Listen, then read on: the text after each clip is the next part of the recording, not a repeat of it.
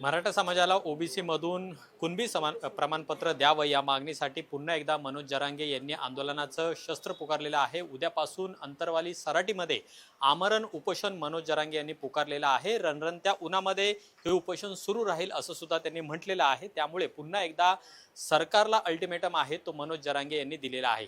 या सगळ्या विषयी बोलूयात। आपल्यासोबत ओबीसी नेते लक्ष्मण आखे आहेत। पत्रकार परिषद तुम्ही ऐकलेली असेल, काय प्रतिक्रिया पहिली? नाही नाही, पत्रकार परिषद हे बघा, अज्ञानातून ही पत्रकार परिषद आहे। मनोज जरांगे काही तज्ज्ञ नाहीत। मनोज जरांगेंना हे माहिती नाही की ज्यावेळी मराठा पूर्ण क्षमतेने म्हणजे पुणे गॅजेट, सातारा गॅजेट, निजामांचं सगळ्या नोंदी, तो जे मागणी करतोय ती मागणी जर डोळ्यासमोर ठेवली आणि तसं जर झालं तर महाराष्ट्रातला ओबीसी महाराष्ट्रामध्ये कुठल्याही शिक्षण नोकरीच्या एंट्री पॉईंटला किंवा लोकल बॉडीमध्ये दिसणार नाही। त्यामुळं मनोज जरांगेंनी ही मागणी करण्यापेक्षा मनोज जरांगेंनी महाराष्ट्रातल्या सर्वसामान्य माणसाच्या प्रश्नावर आंदोलन करावं। कारण ओबीसीचं आरक्षण जबाबदार नाही त्यांच्या अवनतीला किंवा त्यांच्यावर होणाऱ्या अन्यायाला।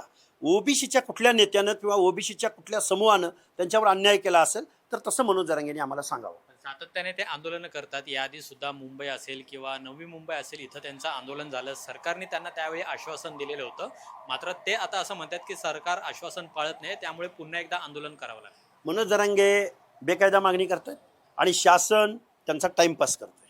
कारण 8 आंदोलनं झालेली आहेत, 9वं आंदोलन आहे। त्यामुळं बेकायदा मागणीला काहीतरी तोंडाला पाणी पुसणं हे आजपर्यंत कुठलंही सरकार असो करत आलेलं आहे। मागे सुद्धा ते म्हणले होते की आता न्याय मिळाल्याशिवाय मागे हटणार नाही, पण त्यांनी आंदोलन मागे घेतलं। आता ते म्हणतायत मेलो तरी चालेल, पण त्या आंदोलनापासून मी मागे हटणार नाही किंवा उपोषणापासून उठणार नाही। आंदोलनाची मागणी ही प्रॉपर असावी आणि महाराष्ट्राच्या हिताचा विचार करणारे असेल। बेकायदा असूनी, घटनेच्या विरोधी असूनी, बेकायदा असूनी, आणि मग हा काय म्हणायचं त्याला, अडेल तट्टूपणा म्हणायचं, वेटीस धरणं म्हणतात त्याला। कुणाला वेटीस धरतात? जनतेला, महाराष्ट्राच्या सरकारला। त्यामुळं उद्या जर काय कमी जास्त एखाद्या व्यक्तीला झालं या उन्हाळ्याच्या दिवसामध्ये, महाराष्ट्रामध्ये काय निर्माण होईल, अराजक निर्माण होईल, कायद्याचं राज्य राहणार नाही, सर्वसामान्य माणसाच्या हिताचं संरक्षण होणार। ते म्हणतात याला सरकार जबाबदार असेल जर उन्हाने काय झालं तर। सरकारनं कधीतरी खरं बोलावं, सरकारच्या मंत्र्यांनी आमदारांनी कधीतरी खरं बोलावं। मनोज जरांगेंची जी काही मागणी आहे, गरीब झालो, त्याचं उत्तर ओबीसी आरक्षण कसं आहे किंवा कसं नाही याच्यावरती शासनानं कधीतरी श्वेतपत्रिका जाहीर करावी, सर्वोच्च न्यायालयाचा अप्रोच जाहीर करावा की ज्यांनी नाकारलेला आहे। हे सांगत नाहीत कोण त्याला। थांब दादा, बस दादा, उठ दादा, जेवला का दादा, आलो दादा, पोचतोय दादा, हे लबाडीचा धंदा करते शासन। कोण करते? शासन लबाडीचा धंदा करते। तुम्ही ओबीसीला काय म्हणायचंय ऐकून घेत नाही शासन। मनोज दादाची मागणी पूर्ण झाल्यानंतर, झालेली आता जवळजवळ, बेकायदा ताबा मारल्यानंतर ओबीसीच्या आरक्षणावर ओबीसीचं काय होणार आहे ह्याच्यावर कोणच बोलत नाही। ओबीसी अडचणीत आहे, ओबीसीचं झोपडं उद्ध्वस्त झालंय। याआधी सुद्धा प्रसाद लाड यांनी मनोज जरांगे यांची भेट घेतलेली होती, ज्यावेळेस त्यांनी हे आंदोलन करू असं सांगितलेलं होतं। आता पुन्हा एकदा ते मनोज जरांगे यांच्याकडे जात आहेत। काय वाटतं, ते ऐकतील किंवा मग प्रसाद लाड यांच्या भूमिकेविषयी काय वाटतं? नाही, प्रसाद लाड काही कोण तज्ज्ञ नाही आणि प्रसाद लाडला खूप काही कळतंय।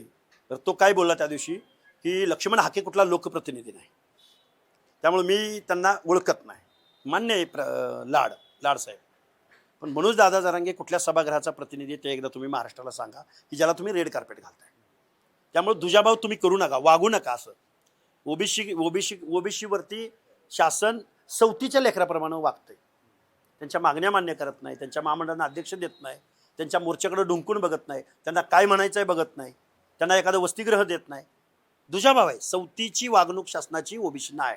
ओबीसी समाजासाठी तुम्ही रस्त्यावर उतरताय, सध्या तुमच्या सभा सुरू आहेत, पण ओबीसीचे जे प्रमुख नेते आहेत राज्यातले, सत्ताधारी असो किंवा विरोधकांमधले असो, ते कुठेही तुमच्या सोबत दिसत नाहीये। त्यांना राजकारण करायला आम्ही मोकळं सोडलेलं आहे।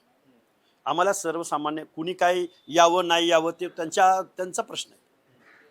पण तुम्ही ज्या समूहाचे फेस आहात, प्रतिनिधी आहात, तुम्हाला कुठल्या अँगलनं म्हणतात माहिती नाही, ओबीसी नेते म्हणतात, तर तुम्ही ज्या दिवशी ओबीसी संपलेला असेल आणि ओबीसी जागा झालेला असेल, लिटरेट झालेला असेल, त्या दिवशी तुम्ही कुठं असाल याचा तुम्ही विचार करा। सध्या आरक्षणाचा मुद्दा आहेच, पण महागाई मोठ्या प्रमाणात वाढत चाललेली आहे, तर याच्या विरोधामध्ये तुम्ही सुद्धा आंदोलन करणार आहात का नाही? आंदोलन निश्चित करू।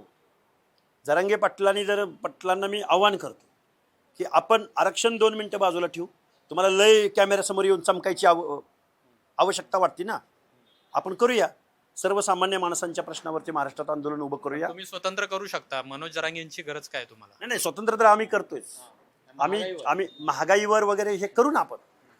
महाराष्ट्रातल्या जनतेची काय मांग आहे ह्याच्यावर निश्चित करू. पण आता दिसतंय चित्र करू ना, महागाई वाढत करू, चाललेली करू, आहे. करू, काही अडचण नाही आता. कारण एक तर काय विषय, लक्ष्मण हाके म्हणलं की आरक्षण, लक्ष्मण हाके म्हणलं की ओबीसी, हे जे काही एक समीकरण आम्हाला चिकटलेलं आहे.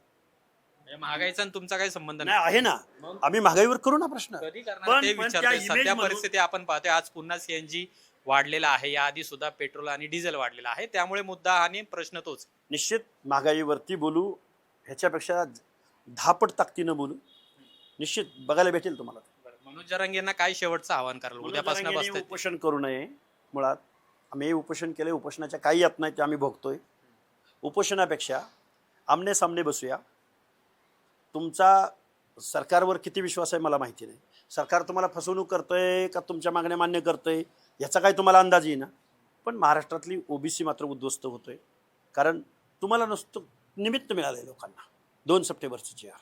अगोदरपासूनच हे हळूहळू ताबा मारायचं काम चालूच होतं 2004च्या जी आरपासून. पण आज रोजी ओबीसी दिसणार नाही, कुठेही दिसणार नाही दादा. कुठेही एखादा स्वतःचा सोनाराचा लोहाराचा माणूस महापौर दिसणार नाही. हे वास्तव आहे. त्यामुळे मनोज दादा, तुम्ही जी मागणी करताय ही चुकीची मागणी आहे.